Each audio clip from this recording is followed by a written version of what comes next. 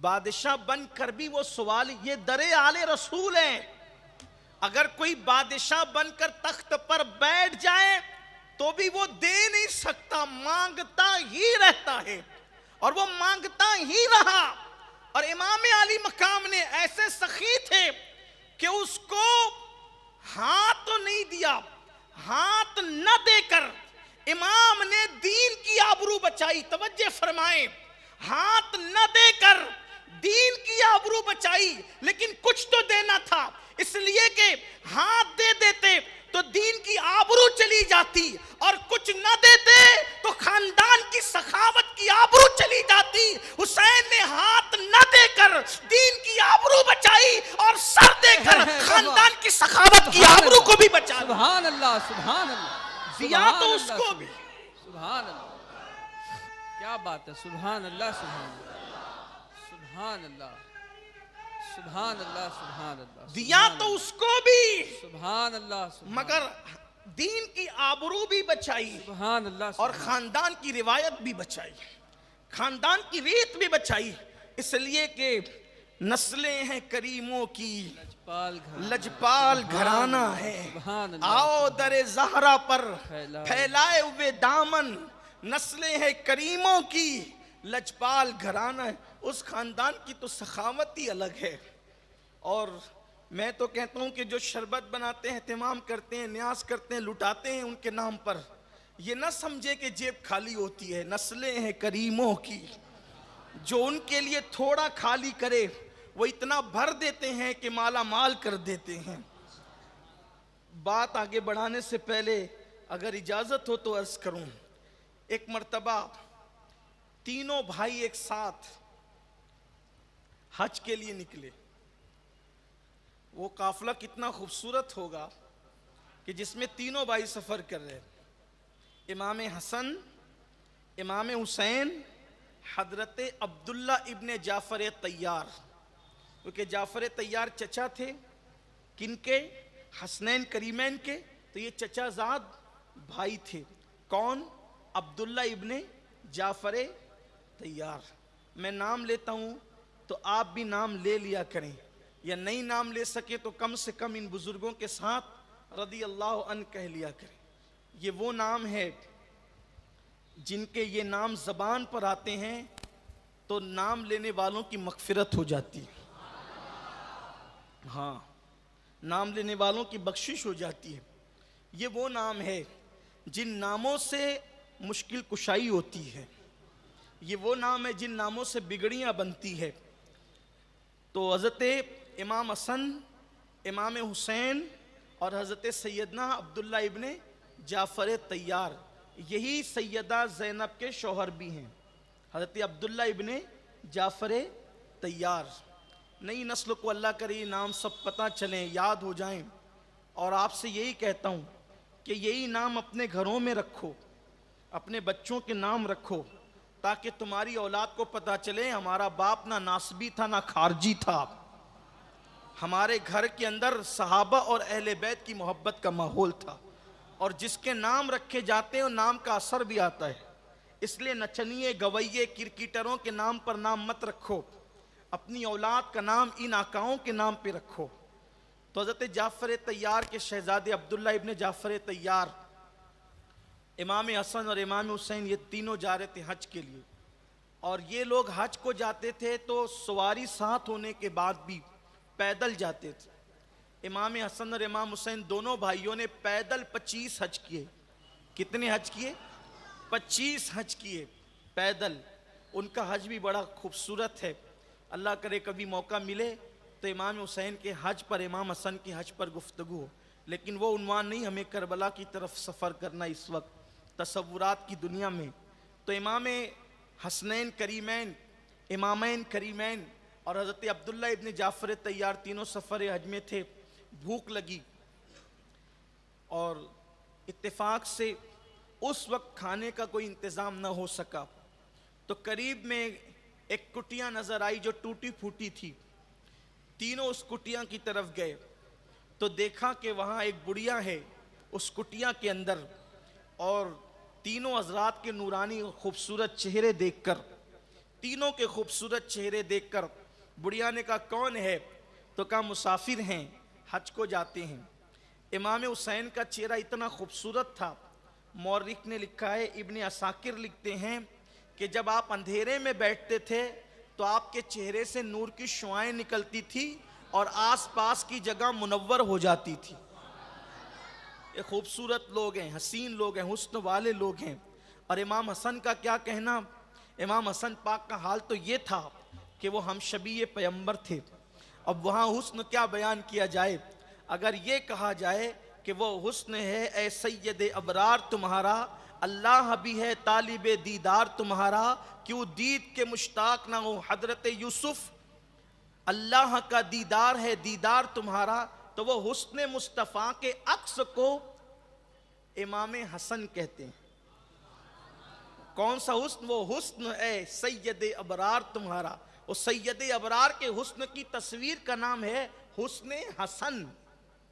حسن حسن مصطفیٰ جان رحمت کی تصویر۔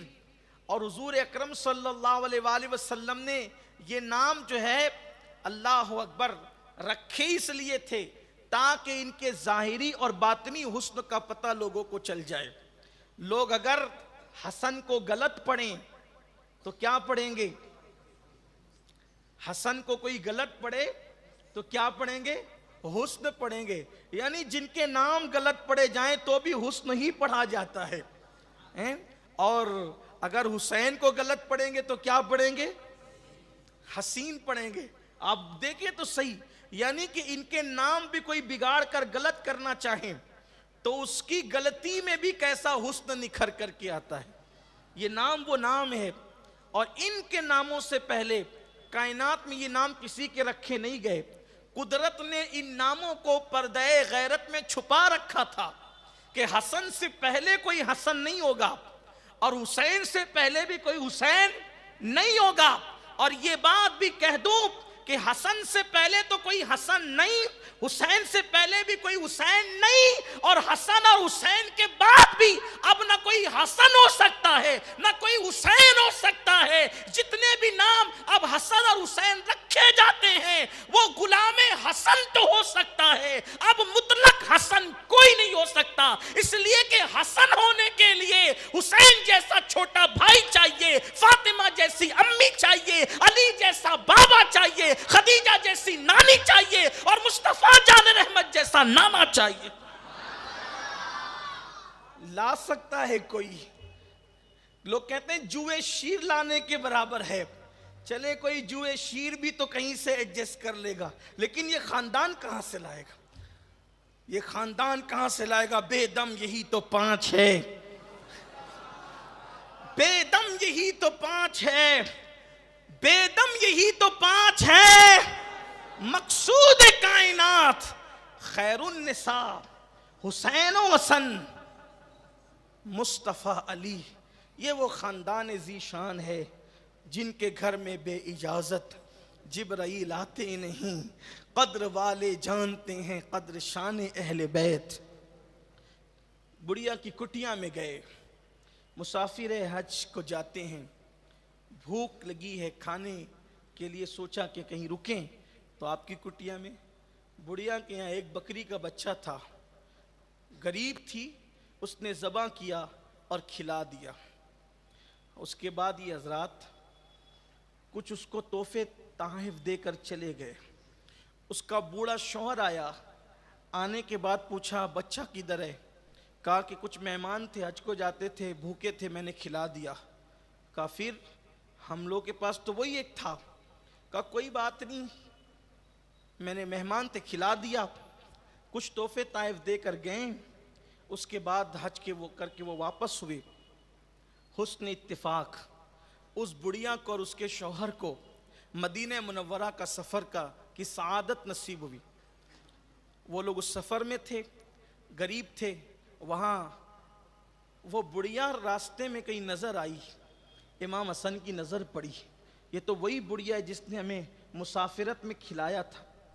اور اگر بڑھ کر کہوں اپنے ذوق کے مطابق تو توجہ کریں، اس نے ہمارے لیے کھانا بنایا تھا، توجہ، اس نے ہمارے لیے کھانا بنایا تھا، کھلایا تھا ایک الگ بات، ہمارے لیے کھانا بنایا تھا۔ گئے بڑھیا کے پاس، پہچانا نہیں، وہ جو حج کے موقع پر مسافر تیرے گھر کھانے آئے تھے، کہاں؟ انہی میں سے ایک ہوں، یہی میرا گھر ہے، چلو۔ لے گئے، 1000 بکریاں خرید کر منگوائی، 1000 بکریاں خرید کر منگوائی اور اس بڑھیا کو دیا، اور ساتھ ہی ساتھ 1000 سونے کے سکے بھی دیے۔ فرمایا دوسرا میرا بھائی تھا، اس کے پاس بھی جاؤ، اس کا گھر وہاں ہے۔ وہ بڑھیا وہاں گئی اور کہا کہ دیکھو تمہارے بھائی نے جو آپ کے ساتھ حج میں تھے 1000 بکریاں اور 1000 دینار سونے کے سکے دیے ہیں۔ تو امام حسین نے بھی 1000 بکریاں اور 1000 سونے کے سکے دیے۔ پھر اس کے بعد کا وہ ایک میرا چچا زاد بھائی تھا جو ہم 3 میں سے تیسرا تھا، اس کا گھر وہاں ہے، وہاں جاؤ۔ حضرت عبداللہ ابن جعفر طیار کے گھر گئی تو کہا ان دونوں نے کیا دیا؟ کہا 1000 بکریاں اور 1000 دینار دیے۔ حضرت جعفر طیار نے 2000 بکریاں منگوائی اور 2000 بکریاں اور 2000 دینار دیے۔ 4000 بکریاں اور 4000 دینار لے کر جب اپنے شوہر سے ملی تو کہا یہ کہاں سے لائی؟ ہم تو یہاں مسافر ہے۔ کہا وہ جو ہے وہ کمزور سا، جو ہے وہ چھوٹا سا بچہ بکری کا جن مہمانوں کو کھلایا تھا وہ اتنے سخی لچپال نکلے کہ انہوں نے ہمیں مالا مال کر دیا۔ تو کہا وہ ہے کون؟ انہوں نے بتایا، وہ ہے کون؟ انہوں نے بتایا۔ کہا نہیں میں نے ان کے نام بھی نہیں پوچھے، قربان جائے تو کسی نے کہا آل نبی کے سوا اتنا سخی کون ہو سکتا؟ تو جس نے ایک مرتبہ ان شہزادگان کے لیے اپنے گھر میں کھانا پکایا، شہزادوں نے اس بڑھیا کو اتنا مالا مال کر دیا۔ سنیو تم تو ہر سال ان کے لیے پکاتے ہو، اس کی برکتیں کیا نصیب ہوگی؟ تو عرض یہ کر رہا تھا، ان کی سخاوت پر بات آ گئی تھی کہ یزید جب بادشاہ بنا، حکمراں بنا، تو اس کو یہی تھا کہ ان 3 لوگوں سے بیعت لینی ہے۔ اس نے خط لکھا مدینہ منورہ کے گورنر حضرت امام علی مقام کے متعلق اور حضرت عبداللہ ابن عمر کے متعلق اور حضرت عبداللہ ابن زبیر کے متعلق ولید بن عقبہ کو، ولید اس وقت مدینہ منورہ کا گورنر، ان کو خط لکھا۔ خط کا مضمون اکثر مورخین نے یہ بیان کیا ہے کہ جیسے یہ خط تمہارے پاس پہنچے ان تینوں کو بلاؤ اور میری بیعت طلب کرو، اگر وہ میری بیعت کر لیں ٹھیک ہے، ورنہ تینوں کو اسی وقت قتل کر دینا۔ دیکھیے یہ جو بات کہی جاتی ہے نا کہ یزید نے قتل نہیں کیا، یزید نے قتل نہیں کیا، یزید نے قتل نہیں کیا، وہ تو ملک شام میں بیٹھا ہوا تھا، اس کے قتل کا پلان تو پہلے سے تھا۔ اور کسی نے کہا کہ تیر چلانے والا ملک شام میں بیٹھا تھا جس کا تیر کربلا میں چل رہا تھا، ایسا نہیں کہ یزید بے قصور تھا، وہ بے قصور ہو بھی کیسے سکتا؟ اور اس کے دل میں اتنی دشمنی تھی اہل بیت اطہار کی کہ اگر آگے گفتگو ہوگی تو میں آپ کو بتاؤں گا، اس پلید کے دل میں بڑی دشمنی تھی، بڑی گستاخی، بڑا گستاخ اور بے ادب تھا، صحابہ کا بھی گستاخ تھا، حضور علیہ السلام کے اصحاب کی شان میں بھی توہینیں کرتا تھا، ام المومنین حضرت عائشہ صدیقہ کا بھی گستاخ تھا۔ شیخ عبدالحق محدث دہلوی رحمۃ اللہ علیہ نے جو لکھا ہے وہ جملے تو نقل کرنے کی ہمت نہیں ہوتی، اس بدبخت نے اما جان عائشہ صدیقہ کی شان میں ایسی گستاخی کی ہے۔ تو اس نے کہا کہ اگر وہ بیعت کرے تو ٹھیک ہے، بیعت نہیں کرتے تو تینوں کو قتل کر دو۔ وہ خط پہنچا مدینہ منورہ، ولید کچھ دور اندیش انسان تھے، ولید بن عقبہ، اور کچھ خیال تھا اہل بیت کا۔ جب خط پڑھا یزید کا تو کہا لا حول ولا قوت الا باللہ العلی العظیم۔ اس نے کیا خط لکھا کہ میں آل نبی کو قتل کر دوں، شہید کر دوں؟ پھر ولید نے کہا اگر قتل حسین کے بدلے میں مجھے پوری دنیا کی حکومت بھی دے دی جائے میں قتل نہیں کروں گا. اور سزا کے طور پر یہ بات لکھی تھی کہ اگر تم نے ان تینوں کو میری بیعت نہ کرنے کی بنیاد پہ قتل نہیں کیا تو میں تمہیں مدینہ منورہ کی گورنری سے معزول کر دوں گا. ولید نے کہا مجھے 1000 مرتبہ مدینہ منورہ کی گورنری سے معزول ہونا گوارا ہے، لیکن مجھے امام علی مقام کا قتل گوارا نہیں ہے. پھر ولید نے سوچا کہ یہ معاملہ کیسے حل ہو. تو ولید جانتا تھا کہ ایک شخص مدینے میں جو رہتا ہے وہ ہے مروان، اور اس کا دماغ لومڑی کی طرح ہے. لومڑی کی عیاری اور مکاری اس کے دل و دماغ کے اندر ہے. مروان کو بلایا، کہا مروان دیکھ یہ معاملہ اور یہ خط آیا، میں کیا کروں؟ مروان نے کہا بلاؤ.